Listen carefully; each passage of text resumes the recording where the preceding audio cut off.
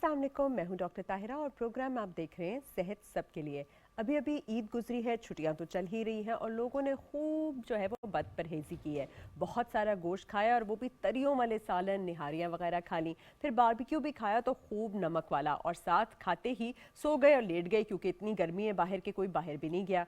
ये सब करते हुए क्या हुआ, उन्होंने अपनी दवाइयाँ भी साथ छोड़ दी, इसलिए बहुत सारे दिल के मसाइल जो है वो बहुत ज़्यादा बढ़ गए। और आप जानते ही हैं कि दिल की बीमारी लीडिंग कॉज ऑफ डेथ भी है पूरी दुनिया में। तो बहुत हम शुक्रगुजार हैं कि हर संडे को जो है हमारे साथ हम कार्डियोलॉजिस्ट हैं, लीडिंग कार्डियोलॉजिस्ट हैं, जनरल साहब हमारे साथ होते हैं, डॉक्टर अजहर महमूद कियानी, जिनका ये ऑनलाइन क्लिनिक होता है। आप कॉल कर सकते हैं और आपको दिल का कोई भी मर्ज हो आप डिस्कस कर सकते हैं कि भाई मुझे ये वाला मसला है दिल का और इस वक्त मैं ये दवाइयाँ ले रहा हूँ, ये असर हो रही है नहीं हो रही, क्या आपको इंटरवेंशन की ज़रूरत है कि नहीं है। तो आप जो है फ़ौरन अपने उठाइए फ़ोन और जो नंबर डिस्प्ले हो रहा है स्क्रीन पर उसके ऊपर कॉल कीजिए और आप पूछ सकते हैं जनरल साहब से कोई भी सवाल अपने हेल्थ को लेके। बहुत बहुत शुक्रिया। कैसे हैं आप जनरल साहब? जी अल्हम्दुलिल्लाह। अच्छा, सबसे पहले तो ये बताइए कि जो लोगों ने इतनी ज़्यादा बदपरहेज़ी की है और बहुत ज़्यादा खा लिया है इस तरह का चिकना खाना, तो उसके बाद अब जो उनको अलामात आ रही हैं कि भाई उनसे चला नहीं जा रहा, उनकी सांस फूल रही है, तो उसको कैसे लेकर चलना चाहिए उन्हें? ना ये आई थिंक सबसे बड़ा जो इशू होता है ईद कुर्बान पे यही वाला होता है कि गोश्त का ज़्यादा खाना एंड देन वो लोग स्पेशली जिनको पहले ही दिल की बीमारी है, ब्लड प्रेशर की बीमारी है, शुगर की बीमारी है या हार्ट फेलियर है, वो ज़्यादा इस पे उनकी हालत जो है उससे ख़राब होती है। और ये जैसे आपने पहले बात की कि हम एक तो बदपरहेज़ी करते करते हैं, साथ दवाइयाँ भी छोड़ देते हैं। ईद पे उनकी भी छुट्टी हो जाती है, दवाइयों की बिल्कुल, भी हम छुट्टी सोचते हो हैं जाती ज़रूरत ही है। नहीं है। वो कहते हैं कि ज़रूरत ही नहीं है। फिर वो जब एमरजेंसी बनती है तो फिर जब सांस रुक जाता है, सीने में दर्द शुरू होता है, हार्ट अटैक आ रहा होता है, तो फिर भागते हैं हॉस्पिटल की तरफ। हालांकि इन सारी चीज़ों से बचा जा सकता है कि अगर आप अपनी मेडिसिन बाकायदगी से खाएं और फिर जो एहतियात आपको बताई है वो एहतियात करें। और देखें गोश्त खाने में तो कोई हर्ज नहीं है, आप थोड़ी मिकदार में खाएं एक टाइम पर, और फिर ज़रूरी नहीं कि एक दिन में ही सारा खा लें, आप उसे स्प्रेड करके अगले 2-3 दिनों में, हफ्ते में आप खा सकते हैं। हाँ, उनको स्टोर आप प्रॉपरली कर लीजिएगा ताकि आप उसे बाद में इस्तेमाल कर सकें। उसमें से जो सबसे बड़ी इंपॉर्टेंट चीज़ है, ये गोश्त का खाना जिन मरीज़ों के लिए ज़्यादा नुकसानदेह होता है, एक तो दिल के मरीज़ जिनको होता है उनको अंजाइना या हार्ट अटैक हो जाता है, इसमें चर्बी की मिकदार ज़्यादा हो जाती है, खून गाढ़ा हो जाता है। हार्ट फेलियर वालों को नुकसान होता है, फिर जिनको ब्लड प्रेशर होता है उनका ब्लड प्रेशर शूट कर जाता है, और जिनके गुर्दे फेल हुए होते हैं या जिनको गुर्दों का इशू होता है उनका गुर्दों का इशू बढ़ जाता है, और डायबिटीज जो शुगर का कंट्रोल है वो काफ़ी ख़राब हो जाता है। और ये भी अदरवाइज़ भी अगर आप बहुत ज़्यादा गोश्त खाते हैं ना, तो उसमें दो चीज़ें जो है, इन बीमारियों के अलावा दो चीज़ें जो ऐड होती हैं, वो होती है एक अल्जाइमर डिजीज़। बिल्कुल। अच्छा। वो अल्जाइमर जिसमें से जी, आपको डिमेंशिया हो जाता है और डिमेंशिया, आपको पता ही नहीं भूलने होता आप लगते कहाँ हैं। पड़े हैं, आपने फैमिली मेम्बर्स को भी आप पहचान नहीं सकते, कम्युनिकेट नहीं कर सकते, आप ये नहीं बता सकते आपने बाथरूम जाना है, आप ये नहीं बता सकते कि आपको भूख लगी, आपने खाना खाना है। और दूसरा फिर जो है वो है कोलोरेक्टल कैंसर, यानी कि आंतों का जो है वो कैंसर इससे बहुत ज़्यादा होता है। तो इसमें जो भी चीज़ आप खाएं वो एतदाल के साथ खाएं और एक मुनासिब मकदार में खाएं, और इसमें सब्ज़ी और दालों का इस्तेमाल ज़्यादा हो, फ्रूट का इस्तेमाल ज़्यादा हो, सलाद का इस्तेमाल ज़्यादा हो। देखो आजकल तो गर्मी है, बहुत गर्मी है, बिल्कुल। और आपको सलाद की वो चीज़ें इस्तेमाल करें जिनमें पानी का कंटेंट ज़्यादा है। बिल्कुल, टमाटर, खीरे टमाटर या वगैरह। खीरे एक तरें कॉल ले वगैरह हो लेते हैं गई पहले और जनरल साहब। तरबूज वगैरह हो गया, ये इस्तेमाल करें बिल्कुल, जी। डेफिनेटली जी। फर्स्ट कॉलर की जानिब बढ़ते हैं। जी, अस्सलाम वालेकुम, कौन बोल रहे हैं और कहाँ से बोल रहे हैं? नुसरत बात कर रहे हैं। जी जी, पूछिए। उनका ये सवाल है कि उनको डॉक्टर ने ये कहा है कि उनका माइनोर वॉल जो है ना हार्ट का, वो लीक कर रहा है। तो डॉक्टर का ये कहना है कि वो एज का फैक्टर है। तो आप इनसे, डॉक्टर से पूछ के ये बता दें कि इसकी रीजन क्या है। जी, कुछ पूछेंगे डॉक्टर साहब आप? जी जी, इनकी उम्र क्या है? इनकी उम्र 70 है। 70 है। और कौन सा वाल लीक कर, आपके सामने इको की अल्ट्रासाउंड, दिल के अल्ट्रासाउंड की रिपोर्ट पड़ी होगी, वो रिपोर्ट आपके सामने पड़ी हो, उसके ऊपर जिक्र किया होगा कि कौन सा वाल्व लीक कर रहा है। उन्होंने इको पे बताया तो नहीं है, लेकिन कह रहे लाइट सा कहीं से वॉल लीक कर रहा है। और देखें, अगर तो माइल्ड सा वाल्व लीक कर रहा है, मामूली सा वाल्व लीक कर रहा है, तो उसकी कोई परवाह नहीं करनी, ये समझे कि वो नॉर्मल है और उसमें से कोई सर्जरी या किसी ऑपरेशन की या किसी और इलाज की ज़रूरत नहीं होगी। अगर वाल्व बहुत ज़्यादा लीक कर रहा है, यानी कि ग्रेड 2-3 हो गया या मॉडरेट टू स्वेयर हो गया, और दिल के खाने भी बढ़ गए, उनका साइज़ भी बढ़ गया है, जैसे एलवी है या लेफ्ट एट्रियम में वो बढ़ गया तो फिर हम सर्जरी की बात करते हैं और मरीज को सांस फूलना शुरू हो गया, दिल की धड़कन तेज होनी शुरू हो गई। और अगर ये मामूली सा माइल्ड है तो इसको बिल्कुल परवाह ना करें। कई दफ़ा ये रिपोर्ट्स ऐसी आती हैं जो एको की रिपोर्ट में हम वैसे ही जिक्र कर देते हैं, हो सकता है कि मेरा एको हो तो उसमें भी लिखा हो जी माइल्ड माइट्रल वाल्व लीक कर रहा है, माइल्ड एआर लीक कर रहा है, जिसका मतलब कोई नहीं है, यानी आप नॉर्मल हैं, कोई फिक्र वाली बात नहीं है। तो हो सकता है कि ये अगर माइल्ड है तो इसमें कोई सर्जरी या किसी चीज़ की ज़रूरत ना पड़े। तो क्या डॉक्टर ने आपको बताया कि ये इतना लीक कर रहा है कि आपको ऑपरेशन या किसी चीज़ की ज़रूरत है? नहीं नहीं, वो उन्होंने ये बिल्कुल नहीं कहा। और उन्होंने कहा ये भी है कि लेफ्ट उनके बाजू पे दर्द क्यों होता है, फिर आप ये भी बता दें। देखें, लेफ्ट बाजू में जो दर्द है वो कई वजह हो सकती है। उसमें पट्ठों का दर्द हो सकता है, जोड़ों का दर्द हो सकता है, बाजू हिलाते नहीं है, गर्दन के मोहरे तंग हो जाते हैं, उसकी वजह से दर्द हो जाता है। हजार वजह हैं। और दर्द की अगर है, देखें वो बाजू का वो दर्द जो चलने से आए और रेस्ट करने से ठीक हो जाए, या उस बाजू के दर्द के साथ साथ सीने में दर्द हो, तो फिर जाके आप कह सकते हैं कि दिल की तकलीफ हो सकती है। देखिए, गर्दन में दर्द, बाजू में दर्द, छाती में दर्द और बहुत सारी वजह हो सकती हैं। तो ये ज़रूरी नहीं, इसमें बहुत ज़रूरी है कि एक दफ़ा कार्डियोलॉजिस्ट को आप दिखाएं और एक दफ़ा उनसे पूछ लें जी कि ये माइल्ड वाल्व लीक का कार्डियोलॉजिस्ट, दिल का जो स्पेशलिस्ट, उसको आप दिखाएं और वो आपको ज़रा बताएंगे जो माइल्ड लीक है इसका किसी किस्म की कोई ट्रीटमेंट की ज़रूरत नहीं होती। बहुत बहुत बहुत शुक्रिया, थैंक यू। अच्छा डॉक्टर साहब, थोड़ा सा बताएंगे कि ये जो कि इन्होंने कहा कि लीकी वाल्व्स होते हैं, तो ये किस डिग्री के बाद वाकई परेशानी का सबब होते हैं कि अगर आपके टेस्ट में आ गया कि इतने % ये लीक कर रहे हैं, और इसका रीज़न क्या होता है और फिर इसके लिए कौन से सर्जिकल ऑप्शंस मौजूद हैं? देखिए, इसकी कई वजूहत होती हैं। एक तो होता है कि आपको बचपन में रोमैटिक फीवर हुआ हो और रोमैटिक फीवर की वजह से वाल्व के ऊपर असर हुआ, जिसे हम रोमैटिक वाल्वुलर हार्ट डिजीज़ कहते हैं। और उसमें से वाल्व तंग भी हो सकता है और लीक भी कर सकते हैं। माइट्रल वाल्व ज़्यादा होता है, ये ऑर्टिक वाल्व होता है, और साथ साथ कई तरफा ट्राइक्रिस्पेट जो है उसमें भी हो जाता है। वो अगर तो ग्रेड 1 और 2 हो तो हम मेडिसिन के साथ ही करते हैं, और इतनी थोड़े सिम्टम्स होते हैं कि आपको तकलीफ नहीं होती। चैम्बर साइज भी नहीं बढ़ता, कोई लेफ्ट एट्रियम का साइज नहीं बढ़ता, लेफ्ट वेंट्रिकल साइज नहीं बढ़ता। ये कुछ इंडिकेटर्स होते हैं कि अगर ये इंडिकेटर्स आ रहे हैं तो फिर शायद सर्जरी की ज़रूरत हो, और अगर ये ना हो, हार्ट साइज ना बढ़ रहा हो, सिम्टम्स भी इतने ज़्यादा ना हो, तो फिर आप मेडिसिन के साथ ही करते हैं, और मेडिसिन भी बड़ी थोड़ी मिकदार में आप लेते हैं। हाँ, जब ग्रेड 2 से ऊपर, जिसे हम मॉडरेट कहते हैं, मॉडरेट टू स्वेयर चला जाए और ग्रेड 2 से ग्रेड 3 में चला जाए, चाहे वो एमआर हो यानी माइट्रल रिगर्जिटेशन हो या एओर्टिक रिगर्जिटेशन हो, तो फिर आप लीकी वाल्व में कहते हैं जी कि शायद सर्जरी की जरूरत। तो मरीज कहे जी कि मेरी सांस फूलती है, मैं खाना खाता हूँ तो सांस फूलती है, बातें करता हूँ सांस फूल जाती है, शावर लेता हूँ, नहाता हूँ तो सांस फूल जाती है, एक मंजिल में चढ़ता हूँ सीढ़ियों की तो सांस फूल जाती है, ये चीज़, या रात को मैं सोया होता हूँ तो नींद में मेरी सांस फूल जाती है, उठ के बैठना पड़ जाता है, तो फिर वो इंडिकेशन होती है जी कि सर्जरी करवाएं या कोई और इंटरवेंशन करवाएं या ना। बेसिकली सांस फूलना जो है वो की है। नेक्स्ट कॉलर की तरफ बढ़ते हैं। जी अस्सलाम वालेकुम, कौन बोल रहे हैं, कहाँ से बोल रहे हैं? वालेकुम सलाम, अब्दुल बात कर रहा हूँ। जी, क्या पूछेंगे आप? जी जी, क्या पूछेंगे आप?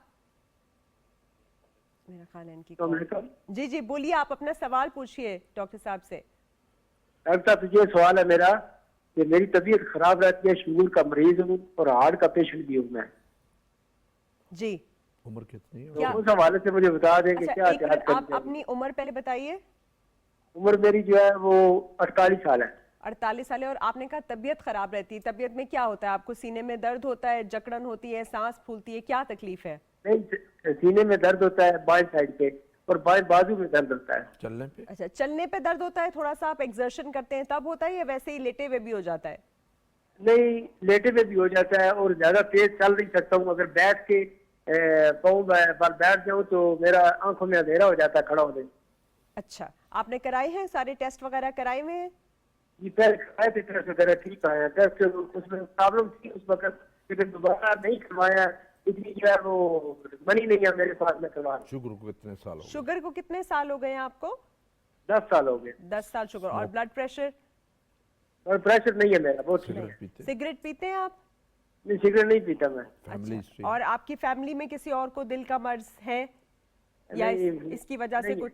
नहीं, शुगर है, दिल का मर्ज नहीं। ठीक है, दिल का मर्ज नहीं है। चले चले, आप आंसर सुनिए। बहुत शुक्रिया। जी डॉक्टर साहब। जी जी, अच्छा, 48 साल उम्र है, शुगर है कई सालों से, और तबीयत ख़राब रहती है, वो तबीयत, हाँ, सांस फूलने वाला है, ये जो सीने में दर्द होता है, बाजू में दर्द होता है। अब ये उसके बारे में श्योर नहीं है कि वो चलने से होता है या एक्सर्शन से होता है।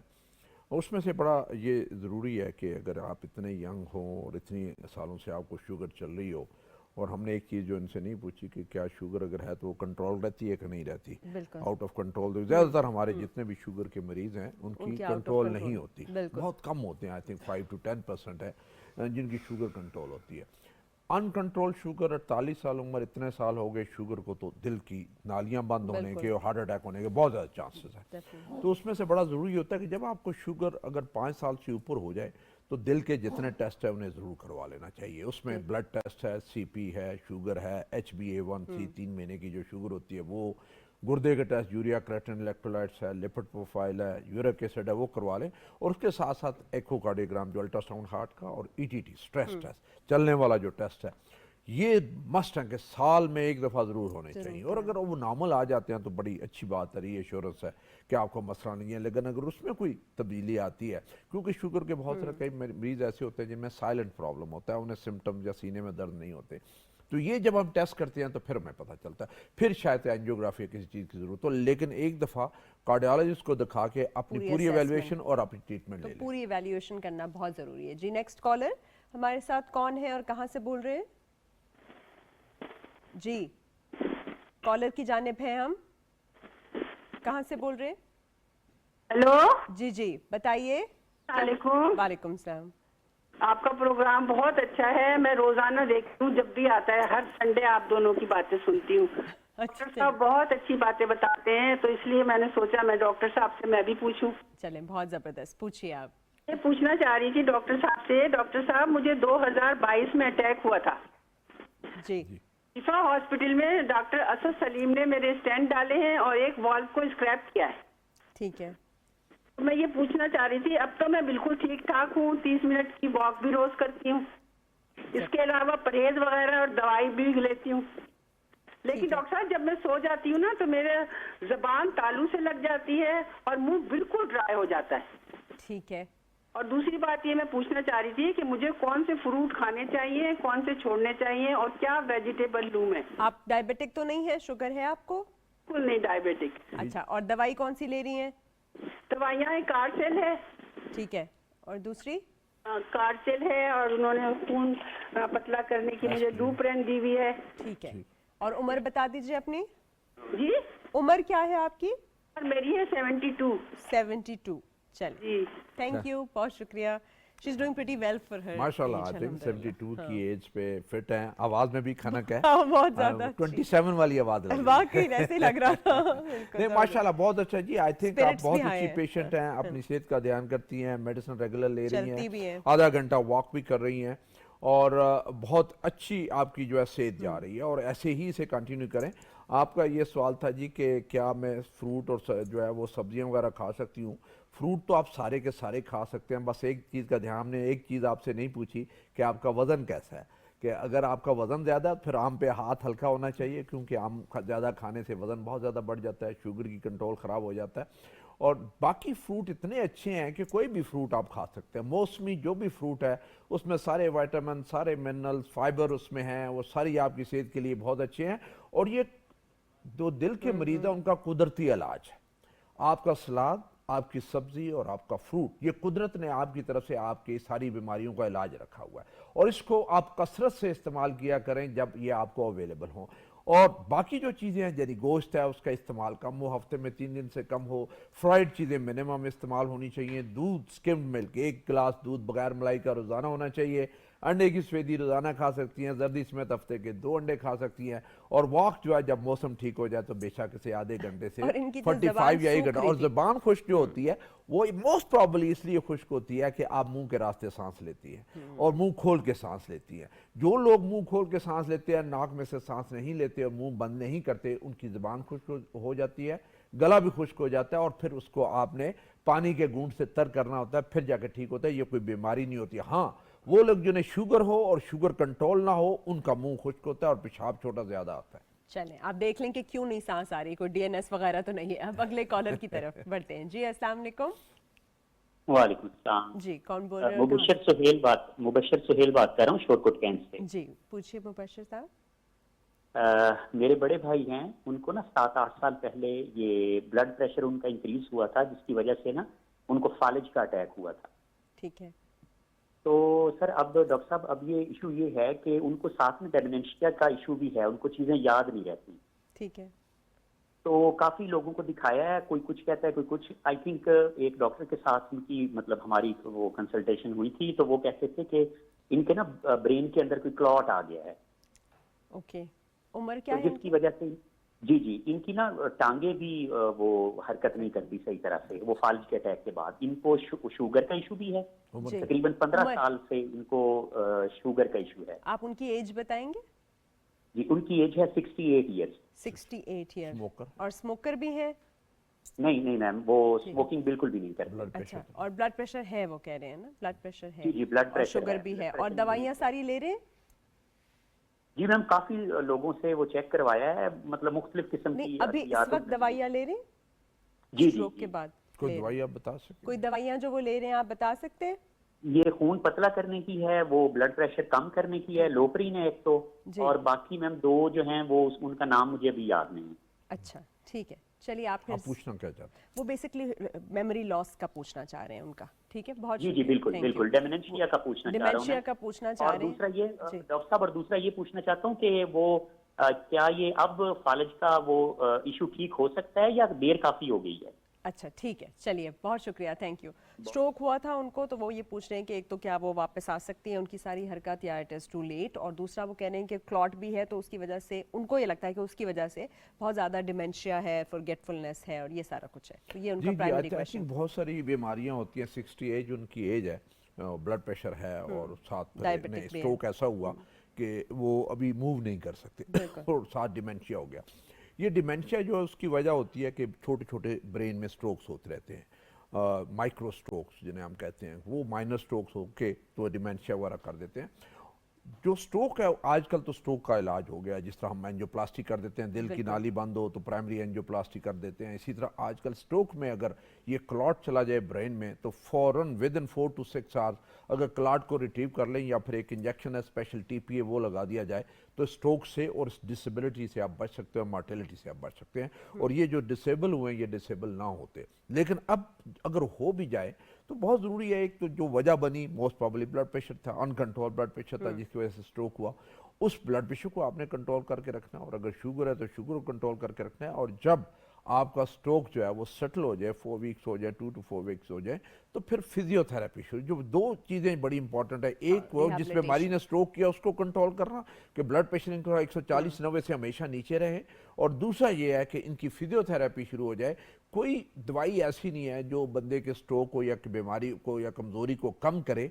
ये वर्जिश होती है जो वर्जिश मरीज़ को दोबारा चलाती है। और उसमें से एक तो मरीज़ का जो है बहुत ही डिटर्मिनेशन और उसका जो है चाहिए कि जो उसकी विल पावर चाहिए कि मैंने ठीक होना है और ठीक होना है और मैंने वर्जिश करनी है, और कुछ भी हो जाए मैंने दिन में 3 दफ़ा वर्जिश करनी है। और घर वाले भी उसे वर्जिश करवाएं तो बहुत सारे लोग वापस आ जाते हैं, चलना शुरू हो जाते हैं, बोलना शुरू हो जाते हैं, उनके हाथ पांव काम करने शुरू कर देते हैं। तो ये मेन चीज़ें हैं। अब इस स्ट्रोक का जो ये पूछ रहे हैं कि अब क्या करना चाहिए, तो अब सिर्फ फिजियोथेरेपी रह गई है। वो फिजियोथेरेपी रह गई है। और बाकी ब्लड प्रेशर को कंट्रोल करके रखें, खाना भी इनका ठीक रखें, नमक का कम इस्तेमाल हो, चिकनाई का, क्योंकि नमक ज़्यादा इस्तेमाल करेंगे तो ब्लड प्रेशर ऊपर चला जाएगा और दोबारा स्ट्रोक होने के चांसेस बहुत ज़्यादा हो जाते हैं। बेसिकली रिहैबिलिटेशन के ऊपर ही सबसे ज्यादा आपने फोकस करना है। जी, अगले कॉलर की जानिब बढ़ते हैं। अस्सलाम वालेकुम, कौन बोल रहे हैं और कहाँ से बोल रहे हैं? जी वालेकुम सलाम, अरसलान अली बात कर रहा हूँ सियालकोट। जी, क्या पूछेंगे आप? जी डॉक्टर साहब से सवाल था कि हमारे ना मतलब दादे परदादों से ना दिल की बीमारी चलती आ रही है जी। तो आगे हमारे जितने भी ताए जाते हैं वो भी दिल की बीमारी की वजह से फोत हो चुके हैं। तो ये क्या ये जीन से ट्रांसफर भी हो सकती है? ये क्या है इसका? बिल्कुल होती है, इसलिए तो पूछते हैं हर दफा। आपकी उम्र क्या है? जी मेरी उम्र 26 साल है। और आपको कोई अलामात? जी अभी तक तो नहीं, कभी कभार होता है, मतलब बाजू जो है ना लेफ्ट साइड वाला वो ऐसे है, मतलब हरकत करना बंद हो जाता है। अच्छा, और कभी कभार ब्लड प्रेशर का मसला या डायबिटीज तो नहीं है आपको? नहीं, ये कि डायबिटीज है मेरी वालदा को है, मेरे तकरीबन वालदा के साइड पे जितने फैमिली मेंबर्स है सबको है। ठीक है, तो आप बेसिकली प्रिकॉशंस पूछ रहे हैं क्योंकि इनकी स्ट्रॉन्ग फैमिली हिस्ट्री है। बहुत शुक्रिया, आप आंसर सुनिए। जी जी बहुत अच्छा सवाल था। आई थिंक उसमें से इसमें बहुत सारे लोगों का भला होगा। जब आपके ख़ानदान में बीमारी हुई, जैसे उन्होंने कहा कि दादा परदादा से चचा ताया उनसे चल रहा है और सब कोई हार्ट अटैक हुआ है, तो बहुत ज़्यादा चांसेस हैं कि जो बच्चे हैं उन्हें ये प्रॉब्लम, दिल की बीमारी हो, हार्ट अटैक हो, फालिज का अटैक हो, गुर्दे फेल हो जाए, नज़र चली जाए, शुगर की भी इनकी फैमिली हिस्ट्री है। तो उसका बड़ा ज़रूरी है कि आप शुरू से ही, जैसे इनकी उम्र 26 साल है, अभी से एहतियात शुरू कर दें कि आप मीठी चीज़ों का इस्तेमाल कम कर दें। अगर मीठा खाना भी चाहते हैं तो फ्रूट की शक्ल में खाएं। ये बोतलें, सोडा, बेकरी, मीठी चीज़ें, ये मिठाई वगैरह, ये बहुत कम आपकी कभी कभार होनी चाहिए। और वर्जिश को एक आदत बना लें, यानी पैदल चलना। वर्जिश क्या करनी है आपने, पैदल रोज़ाना आधा घंटा पैदल चलें तो आपके लिए बहुत अच्छा, सेहत के लिए अच्छा होगा और आपको हार्ट अटैक होने के चांसेस बहुत कम होते हैं। सब्ज़ी और फ्रूट का ज़्यादा आप इस्तेमाल करें। सिगरेट बिल्कुल ना पिए। 6 से 8 घंटे रोज़ाना जो है नींद पूरी कर लें। और जहाँ आपको सिम्टम्स वगैरह हो, या साल में एक दफ़ा पूरी फैमिली जो है वो अपने ब्लड टेस्ट सारे, यानी sugar, blood CP, urea, electrolytes, creatinine, lipid profile, cholesterol के टेस्ट, यूरिक एसिड, और जो 30 साल से ऊपर हैं साल में एक दफ़ा अपनी ईटीटी जरूर करवा ले। स्ट्रेस टेस्ट जो है वो, एक्सरसाइज टेस्ट है वो जरूर करवा ले। और जहाँ पे शक पड़े कि जी कोई हार्ट का मसला हो जाता है, और जहाँ आपको चलने से सीने में प्रेशर, दर्द आ जाए, गले पे दबाव आ जाए, जबड़े पे दबाव आ जाए या बाजू में दबाव आ जाए, आप फौरन डॉक्टर के पास पहुँचें, और ऐसे डॉक्टर के पास जो कि ECG भी पढ़ सके और आपकी मर्ज को भी समझ सके और डायग्नोज कर सके और आपका इलाज कर सके। बहुत ये ज़रूरी है कि आप सेंसिटिव रहें और अलर्ट रहें। बिल्कुल यही की है जी। अस्सलाम वालेकुम, कौन बोल रहे हैं और कहाँ से? जी डॉक्टर, मैं अब्दुल करीम खान बोल रहा हूँ हरूणाबाद से। जी, क्या पूछेंगे आप? डॉक्टर, पहले तो आपकी खिदमत में सलाम। वालेकुम सलाम जी। उसके बाद जनरल कैनी साहब की खिदमत में बहुत बहुत सलाम जनाब। वालेकुम सलाम जी। डॉक्टर साहब, मैं 1988 में CMH मुल्तान में डॉक्टर हाफिज साहब ड्यूटी करता रहा हूँ। आर्मी से लेबोरेटरी टेक्नीशियन रिटायर्ड हूँ। डॉक्टर साहब, आपको अल्लाह ताला सलामत रखे। मुझे 2018 दिसंबर में 24 दिसंबर 2018 को अटैक हुआ था, हार्ट अटैक में। ठीक है। 11 जनवरी 2019 को मैंने CMH लाहौर से उस वक्त कर्नल नादर खान साहब से 2 सेंटर आए। डॉक्टर साहब, अब तक माशाल्लाह ना मुझे कभी चेस्ट पेन हुई है, ना ही मुझे कभी सांस फूला अपनी एक्सरसाइज। उस वक्त मेरा वेट 110 kg था और उस वक्त मेरी उम्र थी 57 साल।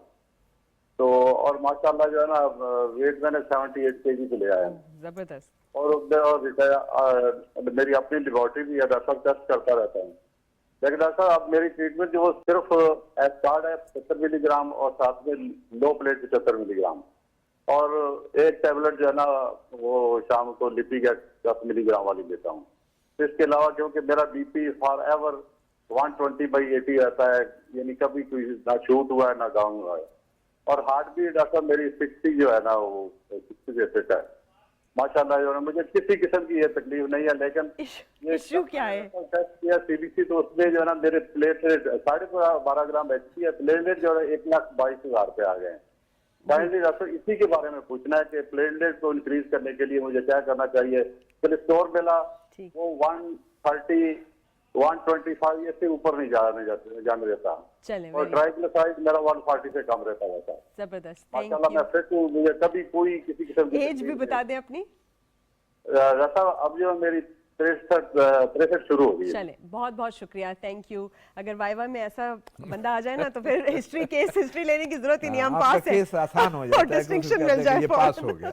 ये नहीं, आपका बड़ा सुन के बड़ी खुशी, माशाल्लाह बहुत अच्छे पेशेंट है। आपने उस वक्त से अपना ध्यान रखा, आपको स्टेंट डले, आपने दवाइयाँ सही रखी, जो एहतियात चाहिए थी वो आपने एहतियात की, और जो आपको टेस्ट चाहिए थे वो टेस्ट आप जो है वो करते रहते हैं और वो ठीक रहते हैं। और माशाल्लाह आपके जितने टेस्ट है सारे ठीक है। जो आपने प्लेटलेट काउंट बताया, ये प्लेटलेट काउंट तो आपका नॉर्मल है, 1,22,000 तो ठीक है।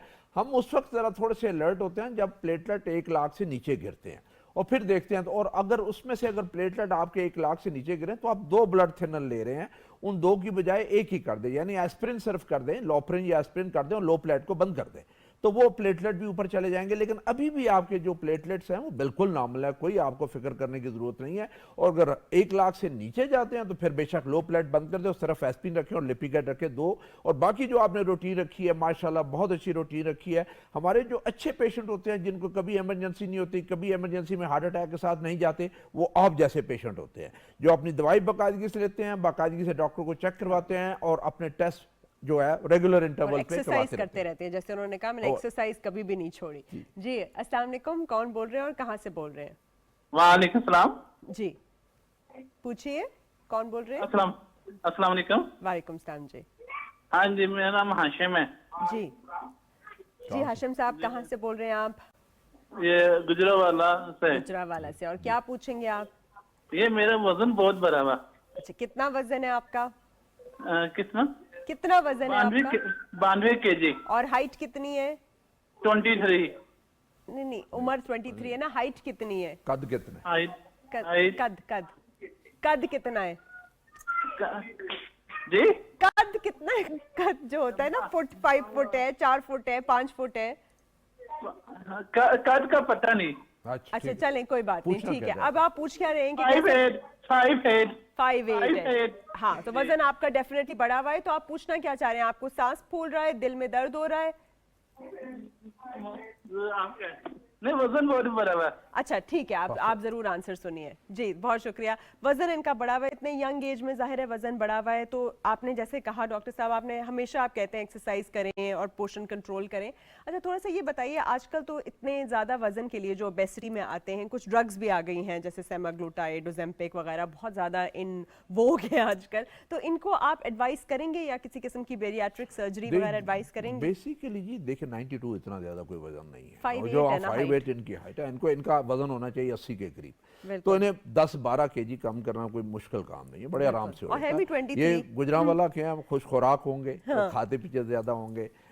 इनको अपना खाना कंट्रोल करना पड़ेगा, तली चीजें कम करनी पड़ेंगी, मीठी चीजें, मिठाई और बोतलें, ये जो है ना सोडा, इसको कम करना पड़ेगा।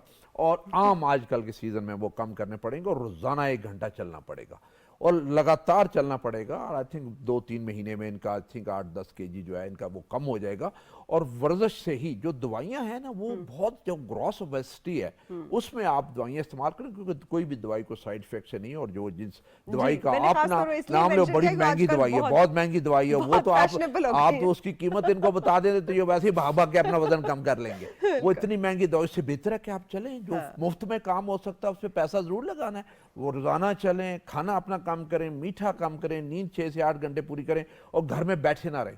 कोशिश ये करें कि घर के सारे काम आप खुद करें और चल के बाजार जाना पड़े, आप किसी सवारी पे बाजार ना जाए, चाहे जितनी दूर भी बाजार हो। बिल्कुल। ये जो अच्छा चले कॉलर आ गए हैं। जी अस्सलाम वालेकुम, कौन बोल रहे हैं और कहाँ से बोल रहे हैं? मैडम मैं मोहम्मद रिशाद बात कर रहा हूँ, मुजफ्फराबाद। जी पूछिए। 3 साल पहले हार्ट अटैक हुआ था, जिसमें मेरा जो हार्ट है वो PF जो था 25 पे आ गया था। अच्छा। और वालें भी डैमेज हो गई थी।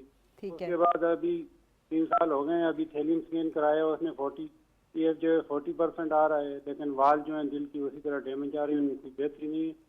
मेडिसिन ले रहा हूँ, लेकिन थोड़ी सी वर्जिश करूँ, कुछ भी करूँ, लेफ्ट शोल्डर में, बाजू में दर्द और जलन बहुत ज्यादा हो जाती है। एज कितनी है आपकी? उम्र 40 ईयर है। 40 एनजीओ हुई। अच्छा। और आप इंजेक्शन लगाते हैं तो 3-4 हफ्ते निकलता है, फिर वापस उसी तरह दर्द हो जाता है बहुत। नहीं तो आपकी एंजियोग्राफी हुई थी? एंजियोप्लास्टी? एंजियोग्राफी एंजियोप्लास्टी हुई थी। मेन वेन जो थी मेरी हार्ट की वो ब्लॉक हो गई थी। बाकी नालियों तो बाकी नालियां कैसी थी? कितने % खुली हुई थी? बाकी ठीक थी, एक मेन जो थी वही बंद थी, उसमें स्टंट डाला है। उस टाइम ये जो है 25 पे आया था, अभी 40 पे आया। 1 साल पहले थैलियम स्कैन किया, उसमें 40% आ रहा है। आप क्या पूछ? अच्छा अब भी आपका मेन इश्यू क्या है? मेन इश्यू ये है कि अभी थोड़ी बहुत कोई काम या कोई थोड़ी वर्जिश कर लूँ, जो लेफ्ट शोल्डर है और ये बाजू है, इसमें जलन और दर्द बहुत ज्यादा हो जाता है। पुश करने से थोड़ा बहुत आराम आता है, लेकिन जलन वो बहुत ज्यादा है, फिर इंजेक्शन के बगैर आराम नहीं आता। कौन सा इंजेक्शन लगवाते हैं आप? ये दर्द का ही लगाते हैं। दर्द का इंजेक्शन। तो अच्छा। उसके बाद ये है कि मेरा बीपी बहुत डाउन होता है, 80 पे 50 पे आता है। अच्छा आपकी दवाइयाँ कौन सी ले रहे हैं और आपको एंजियोप्लास्टी कब हुई थी? एंजियोप्लास्टी 2021 में हुई है, जुलाई 2021 में। और मेडिसिन लो प्लेट प्लस है, मेरोल है, रेमिकेस है, स्पारोमाइड है, फिनोगेट है, वेस्ट है। ओके, बहुत शुक्रिया, थैंक यू। अच्छा डॉक्टर साहब, मुझे ये मरीज बड़े पसंद आते हैं जिन्हें अपनी दवाइयाँ याद पूरी याद और पूरी और खुराक भी उसकी याद होती है। नहीं, ये आई थिंक इनको हम सबसे पहले तो ये तसल्ली दे दें कि माशाल्लाह जो काम होने वाला था वो आपका हो गया, 21 में स्टेंट डल गया, बाकी आप एहतियात कर रहे हैं, दवाइयाँ आप बाकायदगी से खा रहे हैं। वो जो मरीज़ अपनी दवाई बाकायदगी से खाता है उसे अपनी दवाइयाँ भी याद होती है और इनको अपनी दवाइयाँ याद है। तो इनको आई थिंक अभी एक जो डैमेज हो गया वो हो गया, वो परमानेंट डैमेज होता है, कुछ थोड़ी बहुत 5-10% इंप्रूवमेंट होती है, उससे ज़्यादा इंप्रूवमेंट नहीं होती। लेकिन वो जो आपका है हार्ट, उसके साथ बाकी आपकी लाइफ माशाल्लाह ठीक गुजरेगी अगर आपने एहतियात की, यानी नमक का कम इस्तेमाल हो ताकि फेफड़ों में पानी ना भरे, स्पायरोमाइड उसके लिए ले रहे हैं कि फेफड़ों में से पानी निकले, और चिकनाई कम इस्तेमाल हो, वज़न को बढ़ने ना दें, और जो नींद अपनी 6 से 8 घंटे पूरी करें, दवाइयाँ ये बाकायदगी से ले रहे हैं, इंशाल्लाह कोई इशू नहीं होगा। तो आपने इस EF के साथ, इस हार्ट के साथ इंशाल्लाह आप तो ये जो तकलीफ इनको हो रही है 70 क्रॉस करेंगे। हाँ जी, कोई इसमें कोई फिक्र वाली बात। बहुत सारे हमारे मरीज हैं वो बेचारे नफ्सियाती तौर पे दबाव में आ जाते हैं कि मेरा इतना हार्ट डैमेज हो गया है, 25% हो गया, 30% हो गया, 35% हो गया, पता नहीं अब तो मुझे डेथ सेंटेंस हो गई, कब मैंने जाना है। बिल्कुल नहीं, मेरे पास मरीज आते हैं जिन्हें 25-30 साल हो गए हैं इस EF के साथ, इजेक्शन फ्रैक्शन 25-30 के साथ आराम से अभी तक चल रहे हैं, लेकिन वो बड़े डिसिप्लिन मरीज हैं जो एहतियात पूरी करते हैं, नमक कम इस्तेमाल करते हैं, दवाई बाकायदगी से खाते हैं, ओवर एग्जर्शन नहीं करते और अपनी नींद जो है 6 से 8 घंटे जैसे डॉक्टर साहब ने कहा दिल का मसला नहीं है, और वो भी आप कह रहे हैं ना कि दर्द के इंजेक्शन से अगर आराम आ रहा है, इसका मतलब है आपका कोई और पट्ठों मट्ठों का दर्द है तो आप वो फिजियोथेरेपी करा सकते हैं और पट्ठों के दर्द का इलाज जो है वो कर सकते हैं। जी अस्सलाम वालेकुम, कौन बोल रहे हैं और कहाँ से बोल रहे हैं? हेलो जी, कौन साहब बोल रहे हैं और कहाँ से बोल रहे हैं? मैं नईम चकवाल से बात कर रहा हूँ। जी पूछिए। तो मेरा जो खून है वो निहायत गर्म रहता है, तो उस वजह से जो दाएं साइड की पसलियां हैं वो टूटती थी बचपन। ये खून गर्म आपको किसने कहा? आपने खून को फील करके देखा है? मैं खुद, मेरा खून गर्म रहता है। नहीं, वो आपको किसने कहा है? खून निकला है तो गर्म था क्या? कैसे पता चला आपको? जो मेरी नसें, रगे, पट्टे हैं उनमें लहू गर्म रहता है हर वक्त। अच्छा चले, तो अब वो गर्म खून कर क्या रहा है? वो जो मेरी पसलियां हैं ना दाएं साइड की, हाँ जी जी, वो बैक से टूटी थी बचपन में। अच्छा ठीक है। तो उसकी वजह से जिगर में और दिल में थोड़ा थोड़ा दर्द होता है। अच्छा चले, वजह आप डिटरमिन मत करें, पसली इनकी टूटी थी। उम्र कितनी है आपकी? अभी 1950 की पैदाइश है, 39 है। 1950 की, और राइट ठीक है, मैं मैथ्स कर लेती हूँ। लेकिन चलिए, आप कोई दवाइयाँ ले रहे हैं? कोई शुगर या ब्लड प्रेशर है आपको? और कोई मसला नहीं है, मैंने आर्मी की ट्रेनिंग भी की हुई है। अच्छा, सिगरेट पीते? जी पीता हूँ, उस वक्त आर्मी। चले बहुत शुक्रिया। ये जो खून की गर्मी है ना, ये उस सिगरेट का ही नतीजा है। तो जी ये कहते हैं कि भाई इनको बेसिकली मेरा ख्याल है हार्ट बर्न शायद होता होगा, जिसको ये खून गर्म होना कह रहे हैं। लेकिन वे कह रहे हैं कि इनके जिगर में और इनके दिल में इनको लगता है तकलीफ है, क्योंकि इनको पसली में कभी इनकी पसली फ्रैक्चर हुई थी। हो सकता है कि ये अपने आप को एक्सप्लेन नहीं कर पा रहे, सिम्टम्स एक्सप्लेन नहीं कर रहे कि क्या होता क्या है, वो खून गर्म का कह रहे हैं। उसमें मोस्ट प्रॉब्ली अगर इन्हें चाहिए कि अपने डॉक्टर से जरूर चेक करवाएं, जो वहाँ के मेडिकल स्पेशलिस्ट हैं चकवाल के, उनके पास जाएं, इनके खून के टेस्ट सारे हो जाएं, एक ECG वगैरह हो जाए, पता चल जाए कि जी क्या इन्हें मसला। कई दफ़ा मरीज एक्सप्लेन नहीं कर पाता कि क्या है उसे। ब्लड प्रेशर देखना है कि इनका ब्लड प्रेशर ठीक हो रहा है, नॉर्मल है कि नहीं, 140/90 से नीचे है कि नहीं, शुगर इनकी ठीक है कि नहीं है, ECG इनकी नॉर्मल है, और पसली वाला कोई इशू ऐसा नहीं है। हाँ, चेस्ट टाइटनेस हो रही हो जिसको इनको लग रहा हो कि वो पसली है, क्योंकि वो अपनी उनकी एक्सप्लेनेशन है अपने सिम्टम्स के लिए। तो एक दफा डॉक्टर को जो है चेक करवाना जरूरी है। आप जरूर जाइए और सिगरेट बंद कर दें, ये सबसे बड़ा जरूरी है कि जो मुश्किल काम है आपके लिए, लेकिन वो सिगरेट बंद कर दें तो बहुत सारे मसले आपके जो है इससे हल हो जाएंगे। तो डॉक्टर साहब ये कह रहे हैं आर्मी की ट्रेनिंग है, आर्मी की ट्रेनिंग में तो इतना भगाते हैं, तो सिगरेट वाले लोग कैसे भाग लेते हैं फिर? वो नहीं भाग सकते। वो देखे फौज को 2 काम होते हैं, हाँ। कि या आपने एक्सरसाइज करनी है या सिगरेट छोड़ना है। तो उसमें से सिगरेट छोड़ना तो मस्ट है, और आपका वो जो स्टेमिना है और जो फिजिकल एक्टिविटी है, जो टाइम ड्यूरेशन है, वो पूरी होनी चाहिए, और उसमें फिटनेस रहती है। फौज जब छोड़ते हैं फिर उसके बाद सिगरेट पीते हैं, और सिगरेट फिर एक्सरसाइज या वर्जिश भी नहीं करते, फिर इशू हो जाता है। देखिए बहुत सारी चीज़ें, फौज की एक ट्रेनिंग ऐसी होती है कि एक बंदे को आदत डाल देती है, हाँ। फिजिकल एक्टिविटी की, चलने की, डिसिप्लिन की, चीज़ें संभालने की, टाइम पे सोने के लिए टाइम पे जागने की आदत वो डाल देती है। ये चीजें वो कर देती है, लेकिन जो ही बंदा रिटायर होता है उसके बाद ढीला हो जाता है, वो पाबंदियां सारी हट जाती हैं और बंदा जरा ढीला हो जाता है। ठीक है जी। जी नेक्स्ट कॉलर की जानिब बढ़ते हैं। जी कौन बोल रहे हैं और कहाँ से?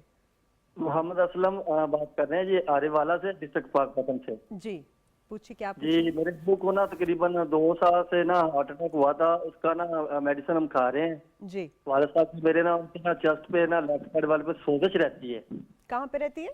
सोजिश। अच्छा सोजिश है, सोजिश लेफ्ट साइड पे जहाँ ठीक। ना स्टंट डला हुआ है। अच्छा वहाँ पे सोजिश है, ठीक है। हाँ जी, एक तो ये है और दूसरा थकन काफी हो जाती है, तकरीबन चला नहीं जाता, थोड़ा चलते हैं पैदल तो ना काफी पसीना आ जाता है और ना घबराहट शुरू हो जाती है। ठीक है, उम्र बताएं दूसरी उनकी? बात, उम्र उनकी है 63 साल। और वो दवाइयाँ ले रहे हैं? दवाइयाँ लो प्लेट है और रुविस्टा है और मिरोल है जो बाकायदगी से खिला रहे हैं तकरीबन, और कभी कभी नागा भी हो जाता है, 2-4 दिन 3 दिन नागा भी हो जाता है। ये 2-4 दिन कभी कभी है? 2-4 से नहीं 7 दिन देखिए, ये आप पेट्रोल ना डालें गाड़ी में और कहें वो चलती रहे मैं चलाई जाऊं, तो ऐसा तो नहीं होगा ना। अच्छा अच्छा, चले। आप डायबिटिक और हाइपरटेंसिव भी हैं? Blood pressure, sugar? बीपी हो जाता है, खाए पिए ना अप हो जाता है बीपी। कितना लो हो जाता है? वो नहीं होता, अप होता है। अप होता है कह रहे हैं। अच्छा कितना अप हो जाता है? कितना अप हो जाता है? तकरीबन 160 बाय। चलते कितना? और चलते कितना? उनकी एक्सरसाइज कितनी है, कितनी हरकत होती है दिन में? बिल्कुल भी नहीं है, एक्सरसाइज उनकी नहीं है, वर्क नहीं है। अभी थोड़ा चलते हैं तो काफी घबराहट होनी शुरू हो जाती है। एक तो पसों का खिंचाव काफी है, कमर में नहीं है और जोड़ों का दर्द काफी ज्यादा है, बहुत ज्यादा है। कब दिखाया? आपने लास्ट डॉक्टर को कब दिखाया था? मैंने पंजाब कार्डियोलॉजी में 6 माह हो गए। 6 माह पहले दिखाया था। अच्छा चलिए, आप आंसर सुनिए, बहुत शुक्रिया। एक तो ये दवाई का भी नागा करते हैं, फिर ये चलते फिरते भी नहीं है, फिर मुझे यकीन है कि कोई ऐसा खा लेते हैं चिकना या जो नमक वाला कि फिर उनका बीपी भी हाई हो जाता है, और उन्होंने 6 माह पहले दिखाया था। तो इनको प्लीज ताकीद कर दें कि ये तो बड़ा जरूरी है कि अब कम से कम 3 महीने के बाद डॉक्टर को जरूर दिखाना चाहिए। आप बेशक आप दूर रहते हैं, पंजाब इंस्टीट्यूट ऑफ कार्डियोलॉजी में ना जाएं, वहीं सियालकोट के नज़दीक है, तो वहीं पे आप किसी कार्डियोलॉजिस्ट, हार्ट वाले स्पेशलिस्ट को उसको या किसी सरकारी अस्पताल में जहाँ पे कार्डियोलॉजिस्ट है वहाँ पे ज़रूर दिखा दें और अपनी दवाइयाँ एडजस्ट करें। अभी ये जो घबराहट वगैरह का बताते हैं, कई दफ़ा बीमारी बढ़ जाती है और कई दफ़ा वो स्टेंट अगर डले हों तो वो बंद हो जाते हैं या नई जगह पे नालियाँ बंद हो जाती हैं, तो उसका फिर आपने मेडिसिन एक तो एडजस्ट करनी होती हैं कि दवाइयों की खुराक ऐसे तरीके से रखें, वो फ्रिक्वेंसी ऐसे रखें कि इनको तकलीफ़ ना हो, या फिर कई दफ़ा टेस्ट करके फिर देखा जाता है एंजियोग्राफी करके कि कोई और नालियाँ बंद हैं, तो अगर दवाइयों से वो उनके सिम्टम ठीक नहीं हो रहे तो फिर एंजियोप्लास्टी या स्टेंट डाल के उसे ठीक किया जाए। तो ये बड़ा ज़रूरी है। कई दफ़ा आप सिर्फ दवाइयाँ एडजस्ट करने से तकलीफ़ ठीक हो जाती है, ज़रूरी नहीं है कि स्टेंट डले या कोई बाईपास हो, लेकिन डॉक्टर को दिखाना शर्त है। जैसे आपने कहा कि दवाई जो है ना, अगर गाड़ी में वो पेट्रोल नहीं डालेंगे तो गाड़ी नहीं चलेगी, तो ये दवाई नहीं खाएंगे तो ये नहीं चल सकेंगे, घबराहट इनकी रहेगी, दर्द रहेगा अपनी जगह पे, और ये खाना भी नहीं खा सकेंगे, चल भी नहीं सकेंगे, सो भी नहीं सकेंगे। इसलिए बड़ा ज़रूरी है कि मैं हमेशा अपने मरीज़ को कहता हूँ, आप खाना भूल जाएं, दवाई ना भूलें, तो कभी आपको इमरजेंसी नहीं होगी, कभी इमरजेंसी में भागना नहीं पड़ेगा अस्पताल में। इसलिए अगर आप चाहते हैं कि इमरजेंसी बचें, परेशानी से बचें और पूरी ख़ानदान परेशानी से बचे, तो कोशिश ये करें कि आपके घर में जो भी मरीज़ है या जो खुद मरीज़ है वो अपनी दवाई बाकायदगी से खाए, टाइम पे खाए, और दवाइयाँ ख़त्म होने वाली हो तो पहले ही दवाई मंगवा के रख ले ताकि दवाई कभी ख़त्म ना हो। एक दिन का भी बीच में नागा नहीं होना चाहिए। बिल्कुल। अच्छा डॉक्टर साहब, बहुत सारे ऐसे पेशेंट्स भी तो आते हैं ना कि आपने जैसे कुछ दवाइयाँ उनको लिखी और उन्होंने वो खा रहे हैं, उनको सूट भी कर गई, फिर वो फार्मेसी जाते हैं और वो लोग उनको दूसरी दवाई दे देते हैं, कोई भी और जो उन्होंने बेचनी होती है, और फिर वो ले आते हैं और वो खाते हैं और फिर बीमार जाते हैं। तो आप थोड़ा सा सब लोगों को इस मीडियम के थ्रू ये भी ताकीद करें कि जो लिखा होता है डॉक्टर ने, आपके कार्डियोलॉजिस्ट ने, वही खरीदा करें और इधर उधर की चीजें लेकर ना खाया करें। बिल्कुल, ये बहुत इंपॉर्टेंट सवाल है। कई दफ़ा मरीज जो है ना, आपने एक नुस्खा उसे सेट हुआ होता है, उसे वो कंफर्टेबल होता है, उसे आराम आया होता है और दवाइयाँ भी वो पहचान लेता है, अपनी गोली भी पहचान लेता है।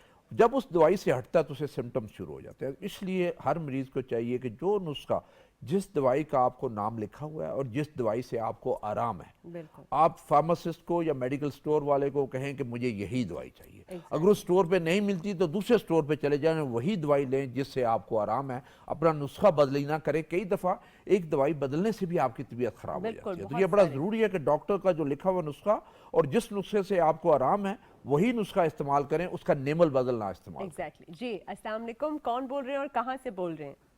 जी वालेकुम सलाम। जी डॉक्टर साहब, मैं मियां जाहिद बात कर रहा हूँ फैसलाबाद से। जी पूछिए जाहिद साहब। डॉक्टर साहब, मेरी वाइफ का 2017 में बैटल का वाल चेंज हुआ था। ठीक है।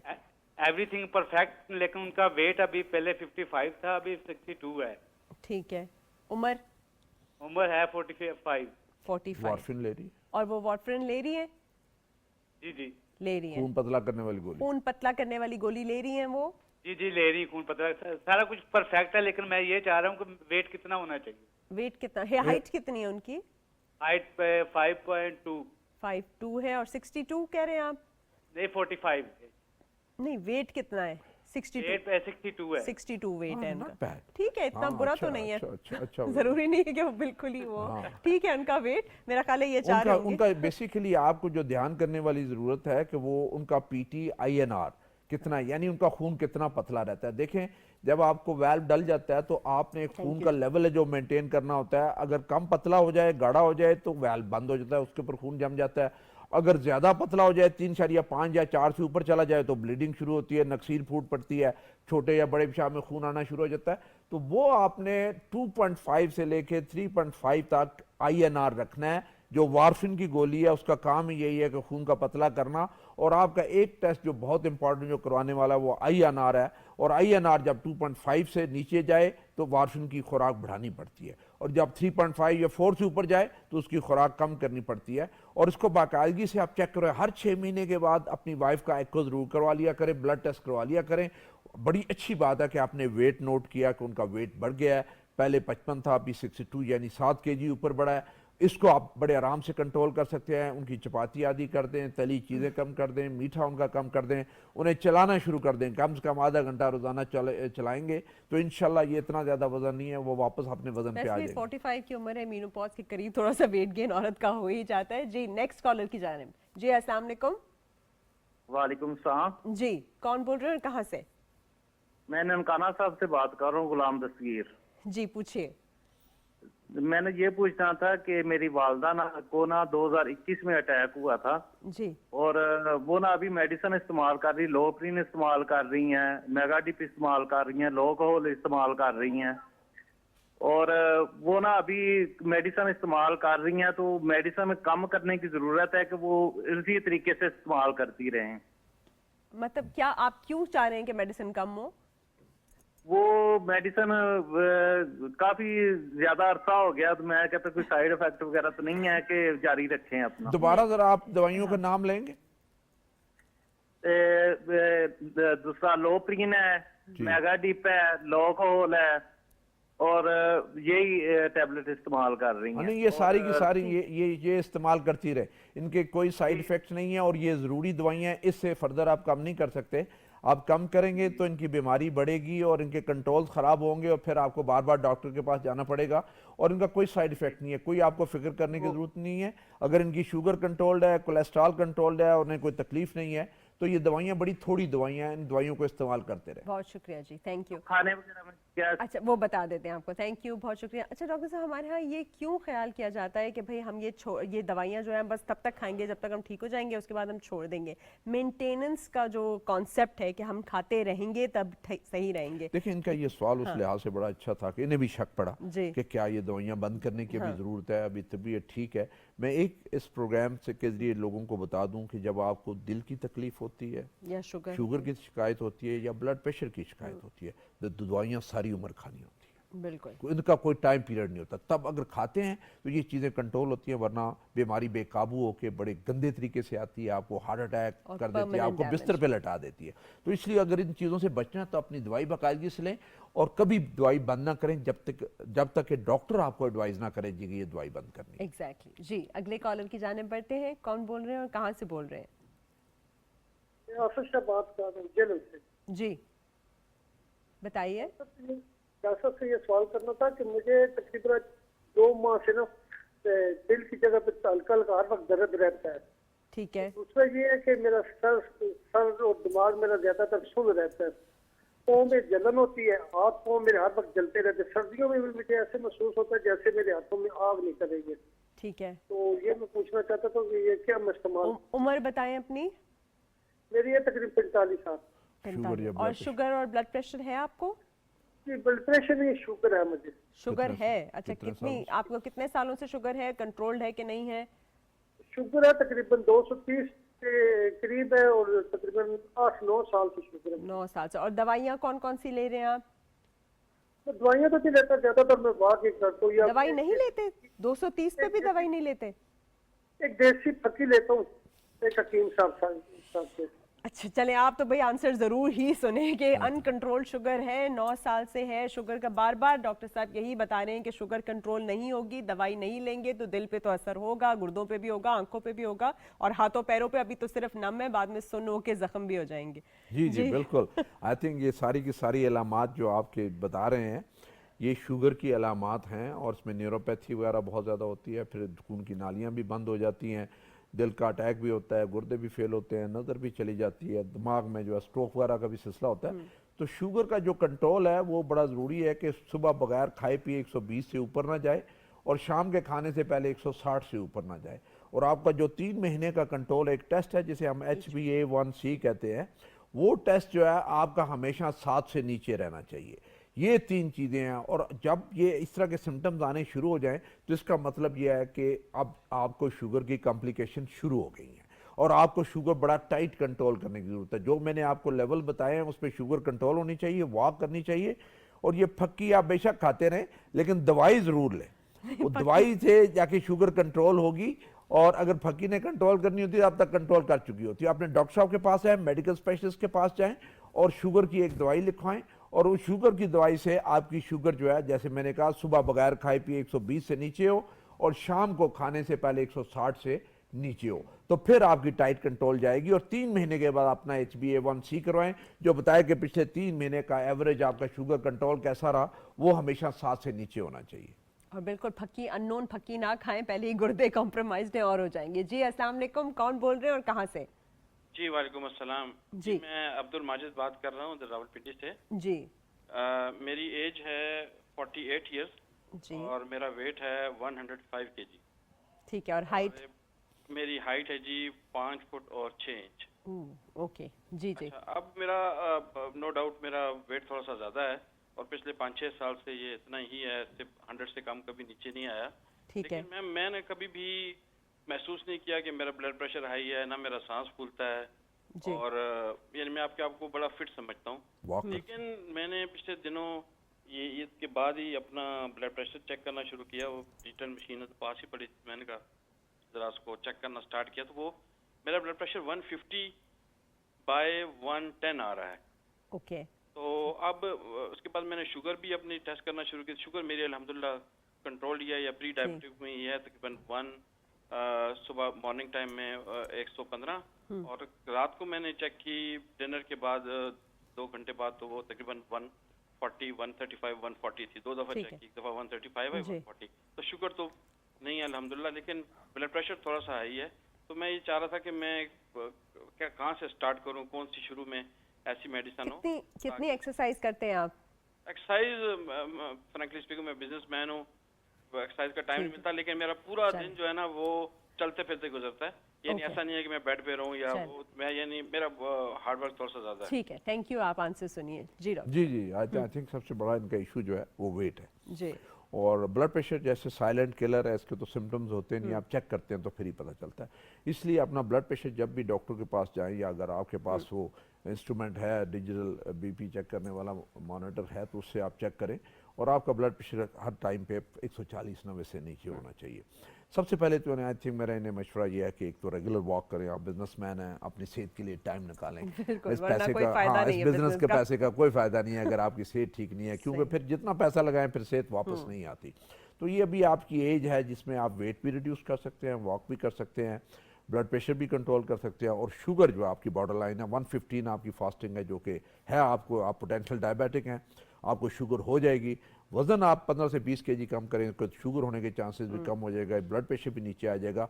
लेकिन आपको अपने बेस लाइन टेस्ट सारे करवा लेने चाहिए जिसमें ब्लड कंप्लीट पिक्चर है, शुगर है, HbA1c है, गुर्दे के टेस्ट हैं, यूरिया क्रेटिनिन, इलेक्ट्रोलाइट्स हैं, लिपिड प्रोफाइल है, यूरिक एसिड है, एको है और एक स्ट्रेस टेस्ट है वो करवाएं। आई वाले जो डॉक्टर हैं, आई स्पेशलिस्ट, उनको ज़रूर अपने दिखा दें, अल्ट्रासाउंड वगैरह ज़रूर करवा लें और वॉक शुरू करने से पहले क्योंकि वेट आपका ज़्यादा है वॉक करें और आपकी एज भी ऐसी है जिसमें चांसेस हैं कि आपका हार्ट का इशू हो सकता है, तो एक स्ट्रेस टेस्ट जरूर करवा लें। स्ट्रेस टेस्ट और एको ज़रूर करवा के इसके बाद एक्सरसाइज शुरू कर दें और फॉलो अप जो अपना डॉक्टर के साथ वो रखें और वेट पे आपका फोकस होना चाहिए जिसमें खाने की मिकदार कम होनी चाहिए, शुगरी चीज़ें, मीठी चीज़ें कम होनी चाहिए, आम का इस्तेमाल कम होना चाहिए, बाकी सारे फ्रूट आप खा सकते हैं, सैलड सारे खा सकते हैं।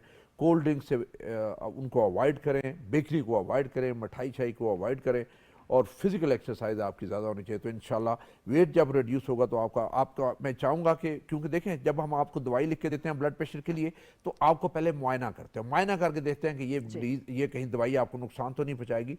तो आप अपने डॉक्टर से चेकअप करवा के, आपका ब्लड प्रेशर बहुत ज़्यादा है, नीचे वाला 110, 150, 110 बहुत ज़्यादा है, डॉक्टर से चेक करवा के मुनासिब दवाई शुरू करवा। चलिए, बहुत शुक्रिया, thank you for the detailed answer doctor साहब। आपने खुद सुन लिया कि कैसे आपने खास ख्याल रखना है, बहुत ज़्यादा हरकत चाहिए, हरकत में बरकत है। Keep moving and eating healthy. देखने का बहुत बहुत शुक्रिया। इंशाल्लाह आप लोगों से फिर मुलाकात होगी। अल्लाह हाफिज।